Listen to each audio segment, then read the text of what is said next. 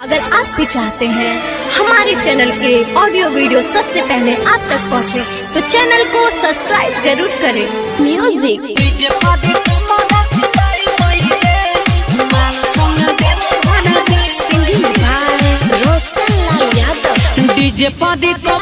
खिलाई बई रे, माल संग देवा भाना जाई बई रे। डीजे पादी कमर खिलाई बई रे, माल संग देवा भाना जाई बई रे। गाना बजाई बई, बेस बढ़ाई बई, भांग के गोला हम खाई बई रे। डीजे पादी कमर खिलाई बई रे, माल संग देवा भाना जाई बई रे। presented by Good Music, Sai Recording Studio, Delhi।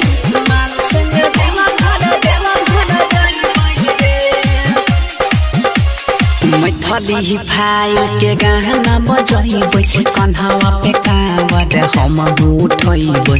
Maithili file के गाना बजैबै, कन्हवा पे कांवर हम उठैबै। जल जाता भोला के चढ़ाइबै रे, माल संग देवा भाना जाइबै रे। डीजे पादी कमर खिलाइबै रे, माल संग देवा भाना जाइबै रे।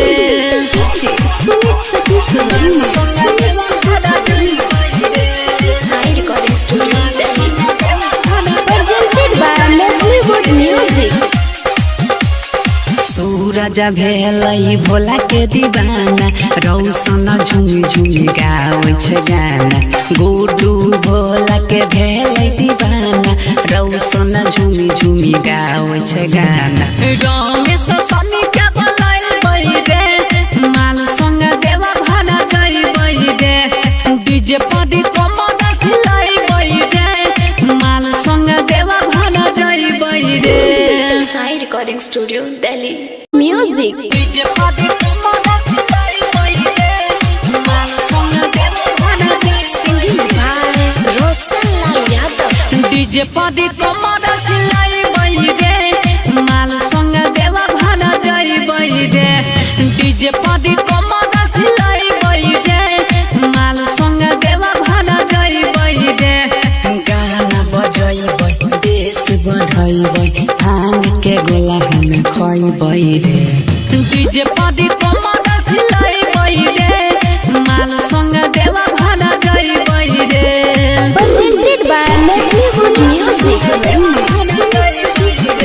Sai Recording Studio, Delhi।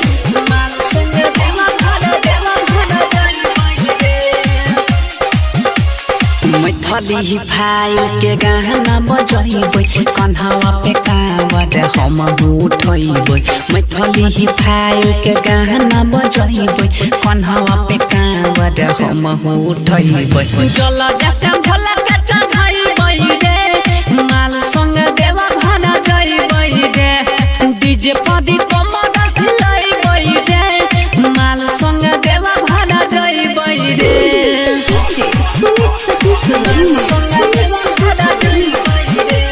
Sai Recording Studio, Delhi।